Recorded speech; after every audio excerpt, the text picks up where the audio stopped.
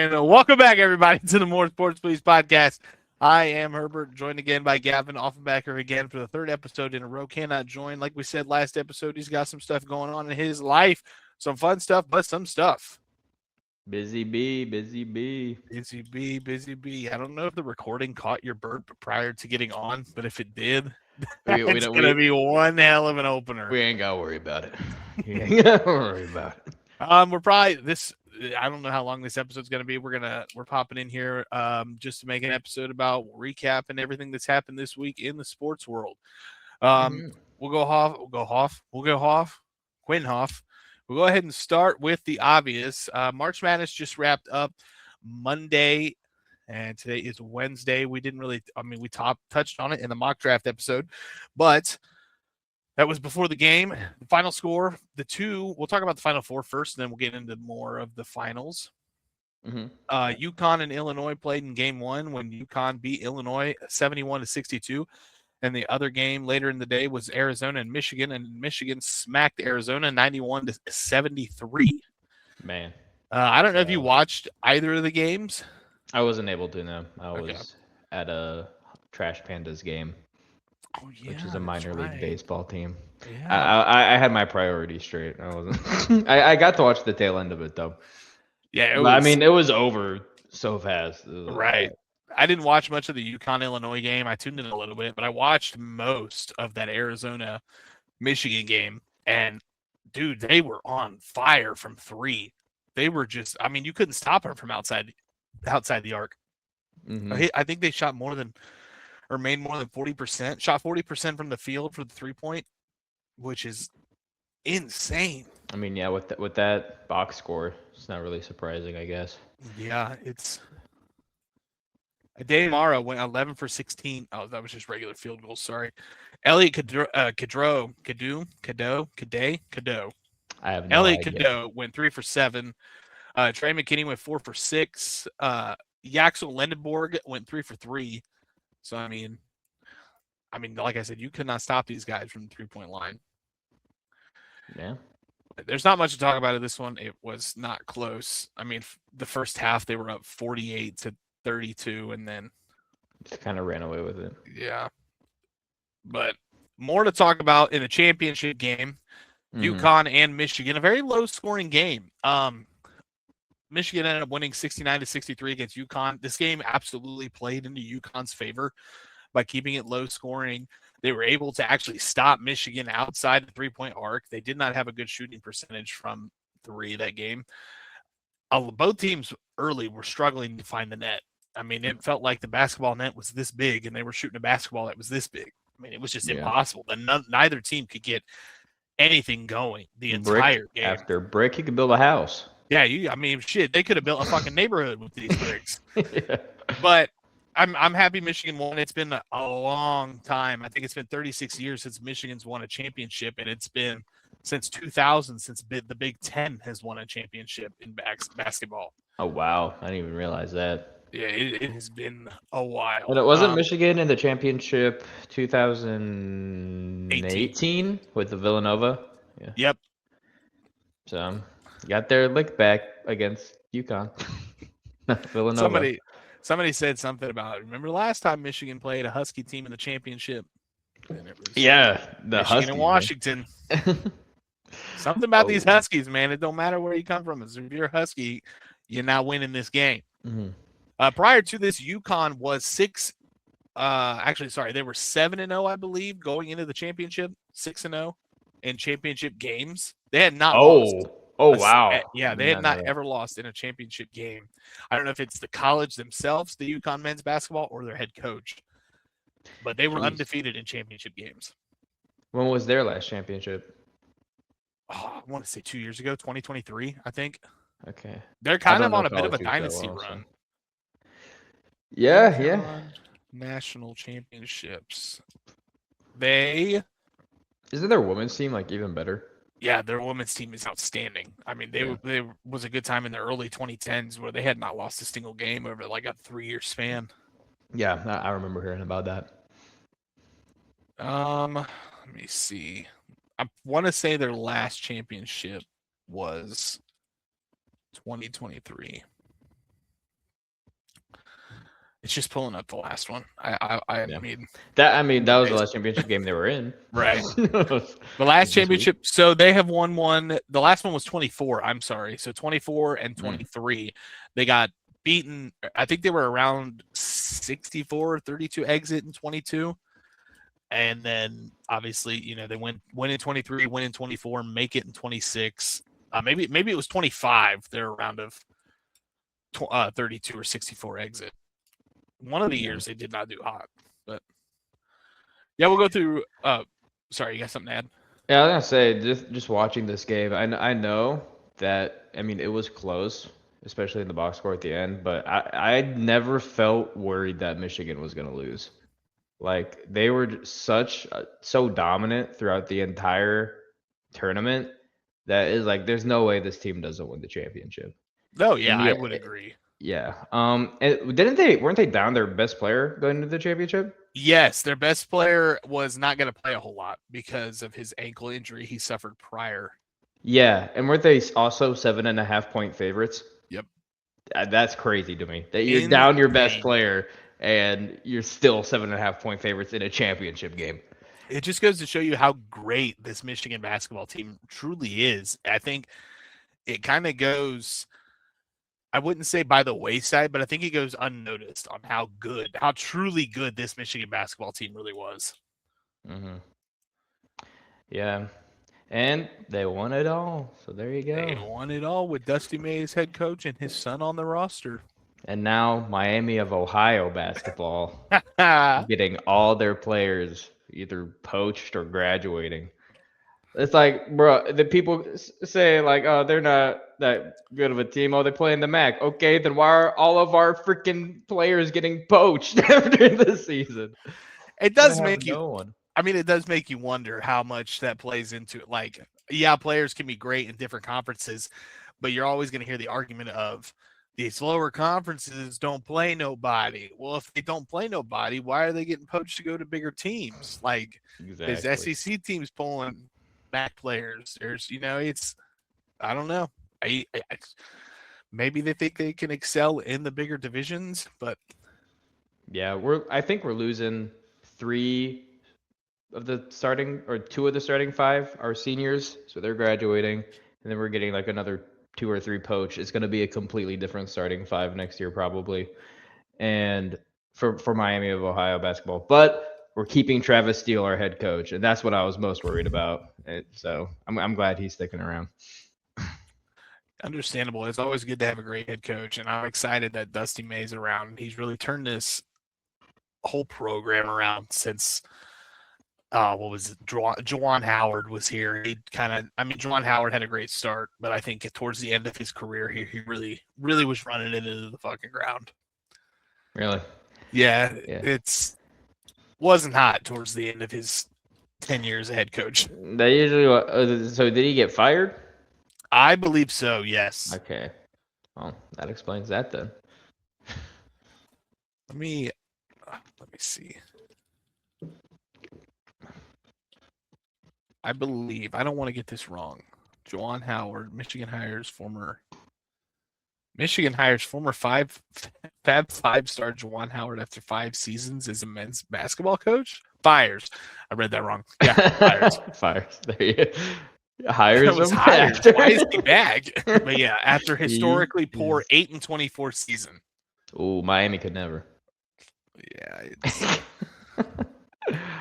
big yikes. But yeah, like you said, I don't think there was ever a time in that game where I was truly worried that UConn. Towards the end, UConn was kind of showing more of their muscle, but yeah, the end of the game, the final score, it got a little iffy there for a minute, but I knew this team was losing. Come on now. Come on now. I had read something on Facebook. I don't know if I saved the image or not. I did not. There was a stat that said teams in the national championship are like 0 and something, and now scoring under 70 points. And Michigan is the first team to score under 70 points and win the national championship. Jeez. So it's like historically low scoring game. Yeah. My goodness. Let me Google real quick. under. Well, that's not how you spell it. I'm doing it on my phone because it's going to be easier to pull up. Yeah, I understand. In the National Basketball championship. The NCAA. In the blah, blah, blah. First national championship despite. Okay, so this team had a lot of historicness to it. According to Yahoo Sports, this was the one of the lower scoring minor finals with the winner failed to reach 70. The accomplishment, despite shooting under 40% from the field and winning the fewer 70, makes it a rare win in recent tournament history. And I think that's another stat that they're one of the very few teams that has shot under 40% and still won the national championship. Jeez, man. Defense wins championships. Yeah, you're not kidding. There were several blocks in this game, man. I felt like every time I turned, I heard block by block, block, block. Blocked by block. Blocked by block. And it's blocked with the rebound. But it was definitely a good defensive game. I watched it from start to finish. I'm really glad Michigan won. It's nice to be able to see your college team win a basketball national championship and a football national championship in a span of 4 years. I know. Yeah. It's nice. And Big Ten kind of running the gauntlet here in terms of championships. Yeah, you're not lying. I mean, shit. Indiana, Michigan. There's another one. UCLA won the women's. Yeah. So, yeah, Big Ten's kind of like. SEC who? Exactly. The SEC. They just want to say it means more to SEC, but like, where does it mean more at? Clearly, it don't mean more on the basketball court. Clearly, it don't mean more. It may mean more, but you're worse. You're worse at it. Right. It might mean more to you, but you can't prove that it means more because you can't stay with the competition. Exactly. I do want to add, I saw something on Facebook that said that Trump is signing an executive order into limiting player transfers. I also saw something about that, but I did not look into it. I don't think he physically can because the NCAA is, it's their own thing. Yeah, it's their own private organization, right? They don't run by executive orders. They're not, what's the word for it? They're not public. I don't know. They can't be controlled by executive orders because they're their own thing.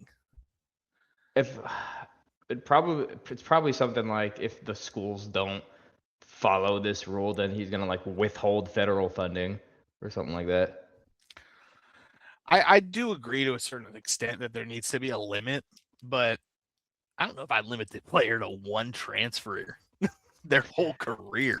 Yeah, I don't think this is the solution to the college problem. We went too far. And I feel like this is the solution that we're having is taking us too far back. Yeah, because I still like having players, the freedom to kind of like, they know their value, and if they don't want to stay with their team, they shouldn't have to. Exactly. And if we talked about this a year ago, I think I'd have told you that players should not be able to switch. I mean, if they want to go to a different school, they can, but I think that does need a limit. But looking at it now, if he doesn't want to go there, he doesn't want to go there. It's his choice to be at this school. If you show up and change your mind, you should have the ability to unenroll and go enroll somewhere else. Yeah, that's true. Especially, NIL kind of adds a different layer to that too. Yeah, I do think college players should get paid for their likeness and absolutely bringing in billions of dollars of revenue to the NCAA. But it's just it's a hard problem that doesn't have like an obvious solution. Absolutely, because it's not only does it affect the NCAA, it also affects the I guess more on the football side of things because I don't pay attention a whole lot to college basketball. But it's affecting players going into the draft, and that's a real big reason why this draft class is so weak. There's people have gone on to say that there's a lot of top-heavy talent in this draft class and not enough on the back end. And next year's draft class is supposed to be this historically great draft class because everybody's run out of eligibility. Yeah. Because you're getting all these amazing players. So, that means every 4 years we're going to have a great draft class. Yeah, I didn't think about that part. the professional, leading into the professional It's just leagues. because the colleges are going to be paying these kids more than what they're going to start out as in the NFL. Exactly. Maybe we need to put like, well, no, because like if you want to like for the college football game, they're gonna get paid for their likeness and like brand deals and sponsorships. If you're more popular, you're gonna get more Right. money. But maybe there should be a cap on just like NIL money in general. Like you can only make so much. Um, so it's like it's not a bidding war at the end of the day. Right. Yeah. I would agree to that. The only problem is, what do you set the cap at? $20. $20 a hamburger, and you make Yeah. sure you write that shit in there that he gave you a hamburger, so you don't get suspended for 4 games. Mhm. It's crazy how like what was it 5-6 years ago college players didn't even get paid, and now they're Yes, multimillionaires before they even get to the draft. it was so outlawed so Yeah. many years ago that it was very like, if you got caught doing this, that was the end of your career. You had Mhm. nothing going forward. And now these colleges are just tossing out as many as, I mean, we gave Bryce Underwood fucking 10 million That's right, and as a he's like, freshman quarterback, when this rookie quarterback, Will Howard, is making, I mean, what, 2 mil, 1.5, probably something small, yeah, because he something was like taken that. in 6th round. Yeah, I don't even know what the 6th round salary for a quarterback is off the top of Right. my head, but Bryce Underwood said all he's got to do is play his 4 years at Michigan. Who the fuck cares if he goes out to the NFL and just stinks it up? He's got $10 million. yes, I agree. But it's also like, you're technically, I know you're a student, but you're creating so much revenue for this. And I'm always, workers first, Right. right? If you're bringing in that revenue, you should see a lot of it because it's you putting It's out the product. exactly, you're putting Yeah. out the effort. hmm But then you get situations like these, and it's just like, well, I guess this is just where we're stuck right now until someone It's smarter just than me figures out a solution. right. It's a never-ending loop that Mhm. at the beginning sounded amazing, and we've gotten to this point to where there's not a simple solution, and you can't just stop it. Yeah. Because if you stop it, then these kids aren't going to want to play. Yeah. They're not going to be getting paid for their efforts. Yeah. That was not on the time. This was not on the sheet of what we were going to do today. We kind of just went off the rails, and I Yeah. added another 15 minutes to this episode just talking about NIL. Yep. But yeah, just to touch back on the Michigan UConn game. If you guys haven't gotten to check it out, I'd go back and just watch it over again. I mean, it was just really great to see Michigan Big Ten back in a winning championship form in basketball. Like it has been so long, and I'm really happy that it was Michigan that was able to do it. Oh yeah, of course. I wouldn't be this happy about the Big Ten winning No. championships if Ohio State was in it. No, like if Ohio State or Michigan State, like maybe if like a UCLA or like USC, I Yeah, wouldn't like be this the happy. the But I'd be like, fake oh, Big that's Ten, awesome. the fake Right. Big Ten, The yeah. fake Big Ten, the Big Ten West. Yeah, the Big Ten West actually used to be a thing. Yeah, that's in our fight song, the champions of the West, go blue. Oh man, I didn't know the lyrics. I No, know "Hail yeah, to the Victors." I had to learn. I learned most of them, actually, if not all of them. I learned the chorus and the main part. Once you start getting into the lyrics behind the main part, I'm forever gone. I know what they do when they score a touchdown. They do the first 2 lines, and then I know after they kick the extra point, they do the first line. It was like back at high school. And they say "Go Blue." They go blue. Go Uh, Blue Club supports you. the blue clubs. They touch the banner. Yep, touch the banner. Go ahead and back into the National Hockey League in the NHL. There's a big giant playoff push going on right now for some teams. I thought I had the schedule pulled up, but I guess Let me pull up the playoff chances. I was going to say I am unprepared.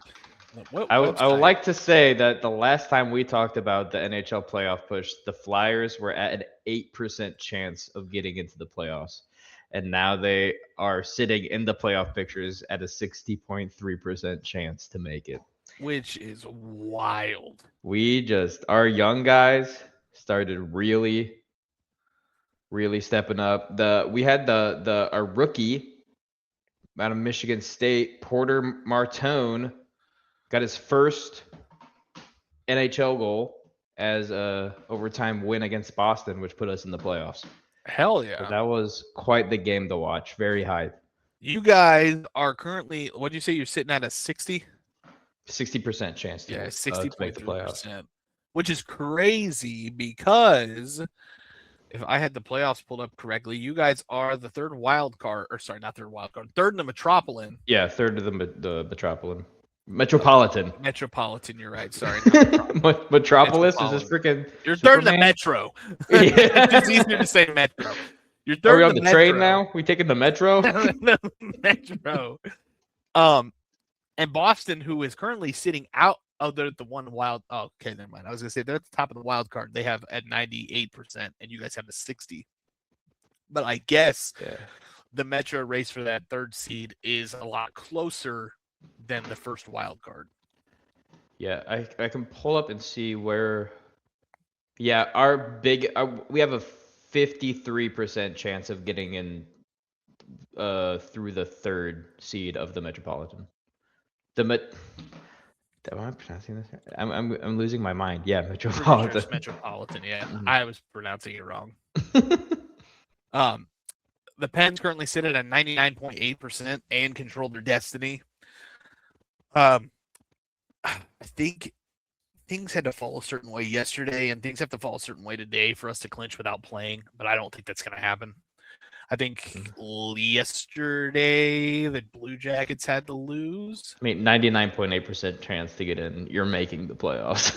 Right. It's just a matter of when. When are you making? The flip side of that, it's hard to like kind of sit and be perfectly normal and be like, yeah, we're making. We have a 99.8%, knowing as a Steelers fan that we had a massive chance to win last year to get in playoffs. We were sitting at a 95% chance, and then we lost 5 straight.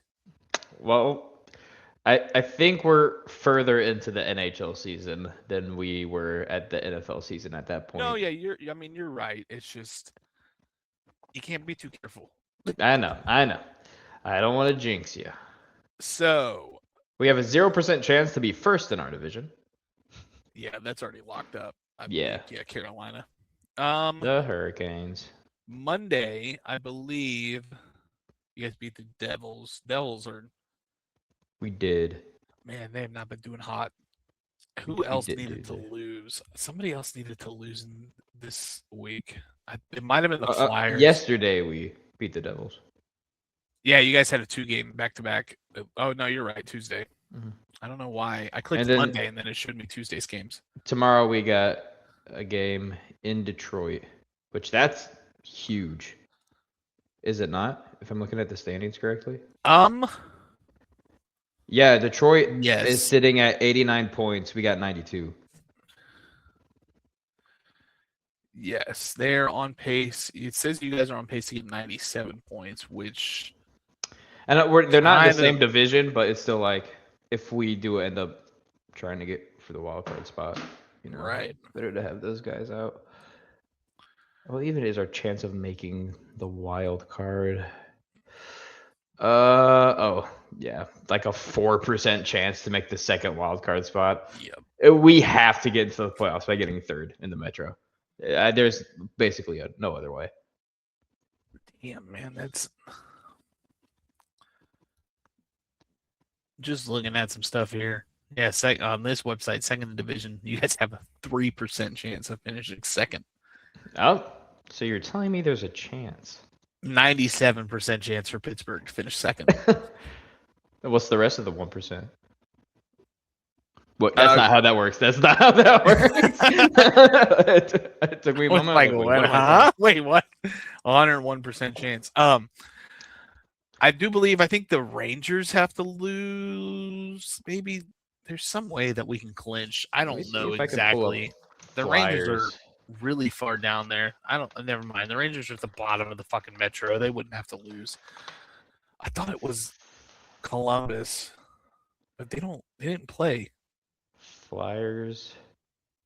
Oh no, they played Carolina yesterday. and Carolina smacked them 5-1.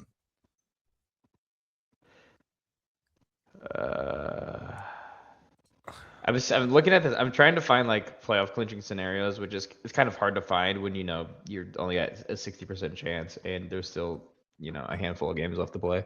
Right. Let me go back and see if I can find the How many games do we have left to play? We have. Isn't that going to show me? No. We've played 78 games, so 4 games left to play. Jeez. Damn. Yeah, we have to clinch. I'm looking at this article right now, and it's saying to clinch we need 7 points in 4 games, which is not an easy task. 2, 4, 6. Yeah, 7 points in 4 games. Man, you basically have to win out. Yeah, but that's to clinch. I mean, if other teams don't perform well in that stretch that we're competing with, based on the record of the rest of the season, if I go 2-1, 2-2. There actually is a scenario where the Flyers make it in without earning another point. How's that? Blue Jackets held to 1 point over the next 4 games. Islanders held to 2 points, and Capitals held to 4 points. Is how we get in the third. Which that means they would all. No, I mean they could. Blue Jackets go 0-3-1. Islanders go 1-3-0. Capitals go 2-2-0. There's a good chance because Columbus is currently, I believe, on a losing streak. So game clinching scenarios, playoffs clinching scenarios for Pitt mean Blue Jackets had to lose Tuesday, and they did. The Capitals have to lose today, which are they? Let me see. Capitals. No, I'm sorry. Yeah, the Blue Jackets lost. No, Blue Jackets won Tuesday. I'm sorry. I was a whole week behind. There's only 3 games today. And it's like the Capitals are winning 1-0 against. It don't even matter. The Blue Jackets won Tuesday in a shootout against the Devils. Or not the Devils. I'm sorry, against the. I just had their fucking. Yeah, we played the Devils on Tuesday. What are you talking about? Where did their game go? Tuesday, April 7th. Blue Jackets had a shootout win against the Red Wings. There we go. I'm just like, this whole website was throwing me for a fucking loop. Okay, and then right now, like you said, the Capitals are up 1-0 on the Maple Leafs. So scratch that. The Blue Jackets had to lose Tuesday. Washington had to lose Wednesday, and the Islanders have to lose tomorrow. Pitt would clinch without needing any additional wins. If Washington and the Islanders win, but the Blue Jackets lose, Pittsburgh would clinch with 1 more point. So we could scratch that. If Pitt gets 1 more win up to 98 points, we would clinch playoffs. So currently sitting at 96, I believe. This website doesn't give me actual points. It just tells me what we're predicted to finish. Pitt is currently sitting at 96 points. So if Pitt wins and Philadelphia loses 1 game in regulation, Pittsburgh would clinch home ice in the first round. So this is crazy. We need to win out to clinch playoff berth. Not win out, sorry. We need to win tomorrow to clinch playoff berth.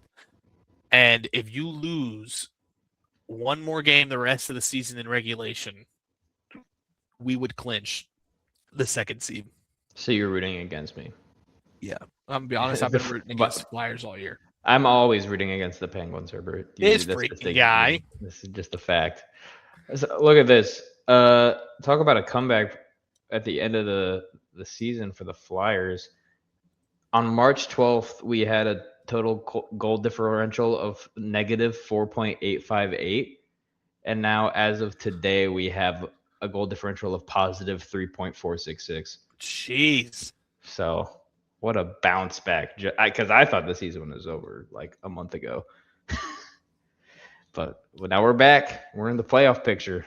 It's our spot to lose now. Yeah, both our teams control their own destiny. Mm-hmm. Which is a nice feeling. Yeah, you're not lying. Maybe But I thought I saw something that was like the most likely matchup for the Flyers would be the Penguins. yeah, if the season ends and if we win out and you win out the rest of the year, it's us two. Pens on home ice game 1. Perfect. Just what we need. How I Pittsburgh has wanted been it. firing in all cylinders, man. I'm telling you, we've been putting up 8 goals a game. Flyers just need a nice, easy gimme game in round 1. Should be good. Yeah, you're not getting that. One of the nice, easy gimme game. You probably should switch conferences. Metro. But yeah, hopefully Pens can continue their dominance. Just win tomorrow. That's it. Just win tomorrow. Playoffs are locked up. First time to be in playoffs in 3 years, which is crazy to say about the Penguins. Yeah. Why you guys suck? It says you guys. Yeah, I know. Don't yell at me. But what else? I think that might be all of sports news this week. I mean, there's MLB. Oh yeah, we can touch on the MLB. Phils Pirates have been playing down today against the Padres, like 8-1. What'd you say? Say that again. I said the Pirates just went down to the Padres today, 8-1 or something like that. Yeah. Phils lost to the Giants today, 5-0. Prior to that, Pirates were. I mean, I think today was the final game of the series, so we ended up dropping it to the Padres. But sorry, 8-2. But prior to the Padres series, we were playing halfway decent. Aaron Nola, one of our best pitchers, has had a really rough start to the season. But we got a young guy, a painter, I forget his first name, who actually tied in his he had his MLB debut about a week or 2 ago, and he had 8 strikeouts. Oh wow! And that tied franchise record for second place in a debut. Damn. Okay. So we are like one of the. I actually think we are the oldest roster in the MLB, but we have 2 young guys, and Painter and the other one, the center fielder, who are playing really well. Justin Crawford, 2 young guys who are really, really showing out. So it makes me feel better for the future of the team, at least in the long term. Speaking of young guys, Pirates brought up Connor Griffin from their minor league and signed him to I believe it was a 9-year deal. I mean, he's locked down for a while, but he has been playing really good at shortstop. His hitting could be probably a little better. He's hit people home, but he hasn't homered as well. But he's adding a lot of young talent. He's just adding to the young talent on this Pirates roster that's already there with Paul Skeens, O'Neill Cruz. I mean, this Pirates team can really turn a corner in the next hopefully 2 years. You know, Henry Davis at catcher. I don't know why I said it like Henry Davis at catcher. Henry Davis at catcher. There's a lot of young talent on this Pirates roster. Currently sitting 3rd in the NL Central. The Reds, out of all teams, are. I know they've been on a freaking tear, and pretty sure we swept them in that series. Oh, that was wasn't that last week? Oh, last week? Oh, wasn't it? Yeah, as far back as I thought. Let me see. It was April 1st. I know that. That was the start of or I don't know if that was the start of the series or the end. Jeez, the Phillies have not scored a point in their past 2 games against the Giants. Damn. 0-5, 0-6. Oh, I'm sorry, we didn't sweep them. Reds took game 1. Pirates took game 2 and 3. So, and then we swept, I believe, the next series. We've swept one so far. The Oilers, yeah, we swept Baltimore. We have not swept anyone. We've won 3 series, and we just lost the Giant series. So 3-1 in terms of series. 6-6 in the NL East. Pirates are sitting at 7-5. We've just kind of been really inconsistent. I can't wait for Zach Wheeler to get back from his injury. I don't think he's back yet. He's like our best pitcher once we get him back. Yeah,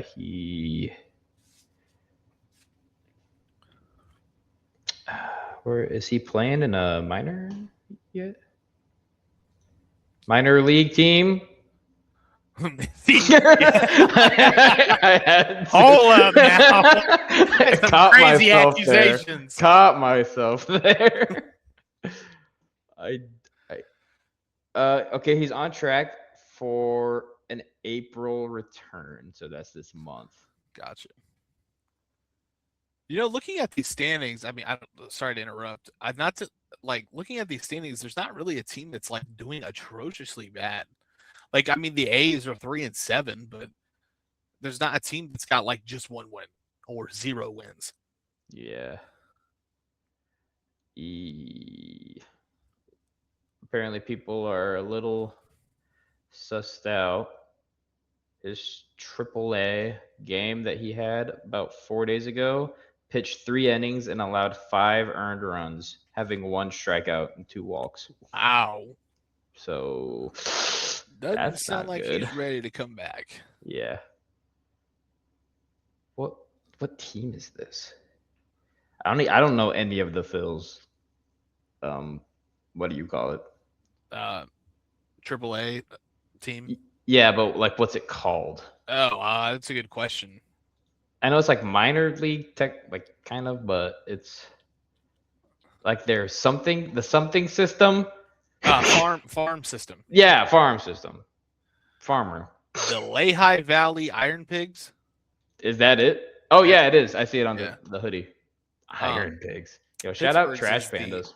Indiana. I forget what they are. Indiana something. I went to see a Trash Pandas game this weekend. Their opening weekend against the Biloxi baseball guys. And I'm out of all the AAA teams to see, I feel like the Trash Pandas are one of the top, just because they're specifically their name. Yes, I got a koozie that has their mascot on it, and it just looks like a trash can. And then I got a shot glass with the Trash Pandas mascot on it. Hell yeah. Here for the Lehigh Valley Iron Pigs, April 8th is Taco Tall Boys. Select $5 Tall Boys and tacos for $2.75, 5 for $11. Rock Knights. Let's go, dude. Let's go to it. Where is it? I don't know where Lehigh Valley is. Lehigh Valley. I tell you, it's in Pennsylvania, but like the Indianapolis Indians are the Pirates farm team. It's in eastern Pennsylvania. Gotcha. I'm actually gonna look. Phillies farm teams. Like, what are all of them? So Lehigh Valley Iron Pigs are AAA. Is it Reading Reading Fightin' Phils AA. Jersey Shore Blue Claws High A and Clearwater Threshers Single A. Dang. There you go. Now you got me wondering. Pirates farm teams. I knew about the AAA. Clearwater Threshers, that's in Florida. I know about the AA, the Altoon Curve. I think that says Curve. Yeah, Curve. Greensboro Grasshoppers are the High A. Branson Morados are the Single A. FCL Pirates are the rookie, and DSL Pirates are also the rookie for Dominican Summer League in Florida. Yeah, Phil's also got that. It's just funny to me because like the first, like the triple, double, and high A teams all make sense. They're in Pennsylvania, New Jersey, and then you have the Single A that's just in Clearwater, Florida. I'm like, okay, yeah, sure. I guess expanded a little bit. Ours is like Altoon. Where the fuck is Altoon at? Sneakers O'Toole. Sneakers O'Toole. So Altoon is in Pennsylvania. So I don't quite understand the Indianapolis Indians being our AAA team in a state that is 2 states over, nonetheless. It's closer than Florida is to Philadelphia. But that's how our high A is the South Atlantic. I wonder if that's just like normal for the Single A. Single A, Florida State League. To be like in Florida or something. I don't know. It might be right. I think that might wrap it up. There's a race up this weekend. I don't know where they're Bristol. It's Bristol, baby. So short track racing again. Keep an eye out. It's going to be one of those. That race could go either way. It could be a good race where there's some tire fall off and some strategy needs to be playing, or it could be a bad race where there's tire fall off and everything explodes. Have you seen F1, the movie? I have not. We have talked about this, I believe, on the podcast. You should watch it next More Sports Please podcast episode. We can do a short special where we just review F1. F1. We'll become a movie podcast. Welcome back to the More Movies Please podcast. Exactly. You have no idea how far we could go with this brand. It's so easy. How far you just plug you could go with it. I'm not a movie guy at all. Well, I'm saying like the brand of More Sports Please. You just put something in the middle there, and you can make a podcast about anything. You're not lying. More electronics, podcast. More House Please Pittsburgh podcast. Please podcast. Today we'll be reviewing houses. Welcome back to the More House Please podcast. The More Real Estate podcast. Just a bunch of real estate agents that get on and just discuss, I don't know, interest rates. Today the housing market with the interest rate going up. I'm sure there's podcasts about real estate stuff that real estate agents listen to. It's podcasts about. Your dryer is done again. I didn't know we had laundry started. It's a new development. Dryer is done again. This is the second time in a podcast this dryer's been done. Let's go ahead and put up the dryer tally. Dryer tally. Put up the dryer tally. Pull up the dryer tally. I put it up in the chat. Private chat. 2 dryer tallies. I think it's. Oh, go ahead. I was gonna say, all right. Is there there's no NFL news, right? No big. Mapu was traded to the Texans from the Patriots for draft picks. Okay. Other than that, Peter Strager's mock draft came out. Some of those picks. So I will touch on this real quick. I saw that came out. I haven't got a chance to look at it though. You can look at it from one or two ways. You can look at it from how I looked at it at the beginning, where it is atrocious. Or you can look at it from he's got insider knowledge. He knows these guys are probably going to have the possibility of tasting first round or starting to elevate their draft stock, and he just needed to put them on a team. He's got TJ Parker going to the Steelers at 21. Why in the world would Pittsburgh draft another edge rusher? What's his name again? Peter Strager. Oh, he's the guy from Good Morning Football. Yep.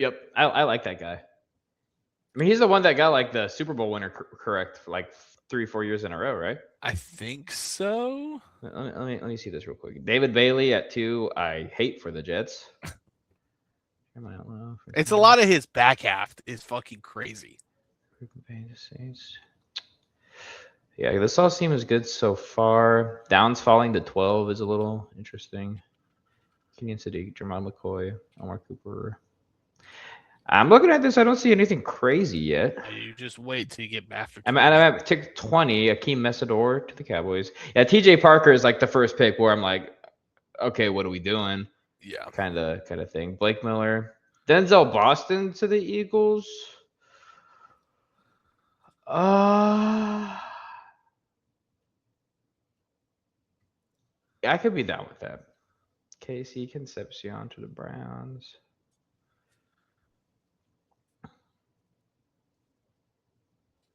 One thing, Kalen Rutledge. Keelan Rutledge, yeah. Oh, I don't know if Peter has heard something about him being a possibility of a first round draft pick, because I have around 2 to 3 grade on him. I love Keelan Rutledge in those rounds because I think the talent. He's a great guard. He's an amazing guard. I don't it's kind of like Spencer Fanu. It's Fanu. God damn it. It's the Spencer Fanu counter and the Dreyer counter. God dang it. Spencer Fanu at 6 to Cleveland. I guess he's climbing up draft boards. I've been seeing some more hype on him. Yeah, I don't know if you've watched the Stock Exchange newest podcast where they've got they're doing a mock draft with the chats. I did listen to that. Yeah. Fano is going 3 to Arizona. Yeah. They kind of brushed over that pick too. Yeah, they were let's kind of go a little different here and go Fano in Arizona. I'm like, I'd say Fano's probably the 4th best tackle in the class. Right. So I guess he's climbing up draft boards. People say he's got the ability to be tackle 1. No. I got Maui Noah, Freeling, and Blake Miller all above him. I've got Blake Miller and Freeling, or not Blake Miller. Blake Miller, not Freeling. Blake Miller and Maui Noah over him. Not too big on Freeling. And I just was watching some stuff about the kid, Caden Proctor out of Alabama. Yeah. And I am no longer high on him.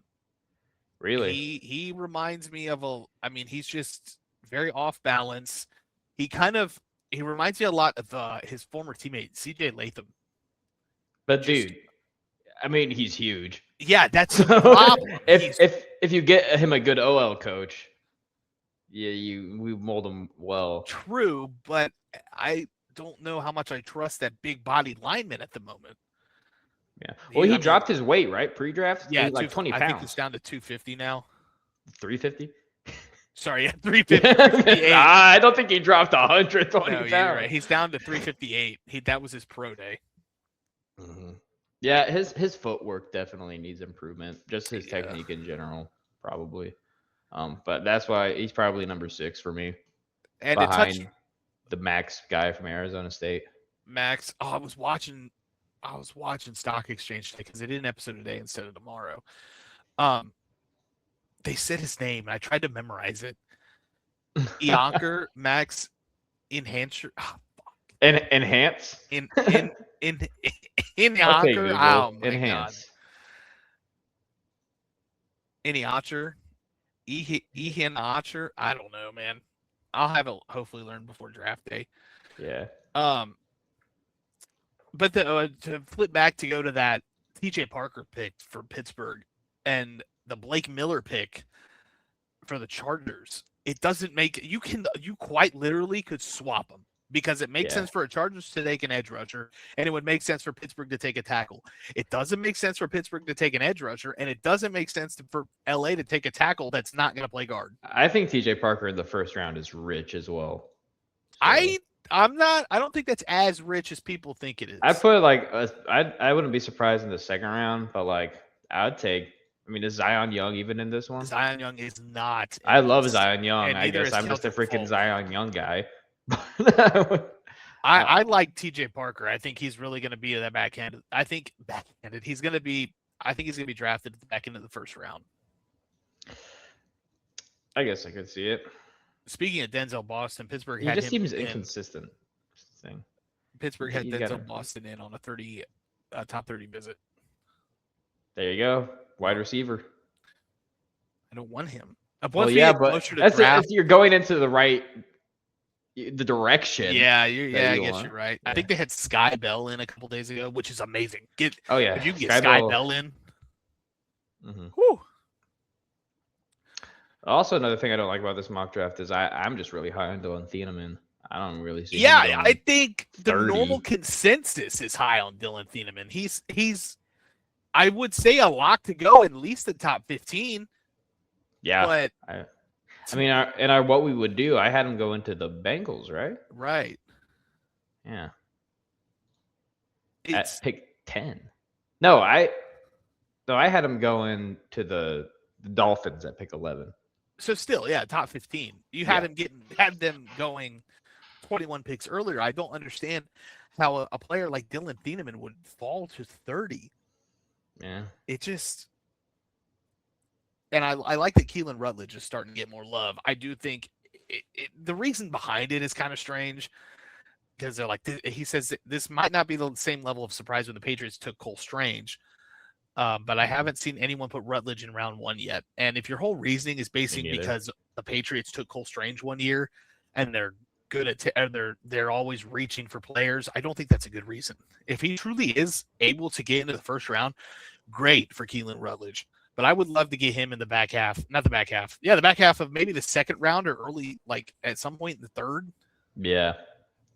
I don't really know much about the interior offensive lineman. I'm looking at this ranking right now, and it has him as the 5th best interior lineman. Who's he behind? Chase Besantis out of Texas A&M, Gettings Dunker out of Iowa, Emmanuel Pregnon out of Oregon, and Levega Awane out of Penn State. I would have him and the dude above him, who I forget who you said. Chase Besantis. Chase Besantis. I would have them flipped. Oh yeah, it's more like 4A, 4B. They have the exact same grade. Gotcha. Here. Yeah, I'm a big fan of that Iowa guard. I'm kind of a big fan of most of the Iowa linemen in this class. Like, if you can get them in the back half of the draft or day 2 players. And then I think the top 2 are pretty obvious, though. Yeah, absolutely. Awane and Pregnon. Yeah. Those are 2 that I could see going in the first round. Which here with Peter mock draft, they have Keelan Rutledge jumping Pregnon. And I think Pregnon's starting to climb up some boards and sneak his way into the top half of the draft. Or not top half, to the back half of the first round 1. Yeah. The last one to go over that was kind of a shocker was Jadarian Price, running back. Yeah.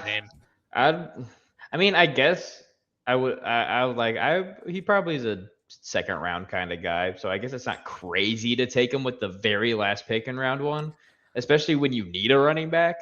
Yeah. But it's like, it just the running back class just kind of sucks. Yeah, it's Jeremiah Love, and then it's just a giant. And then his backup.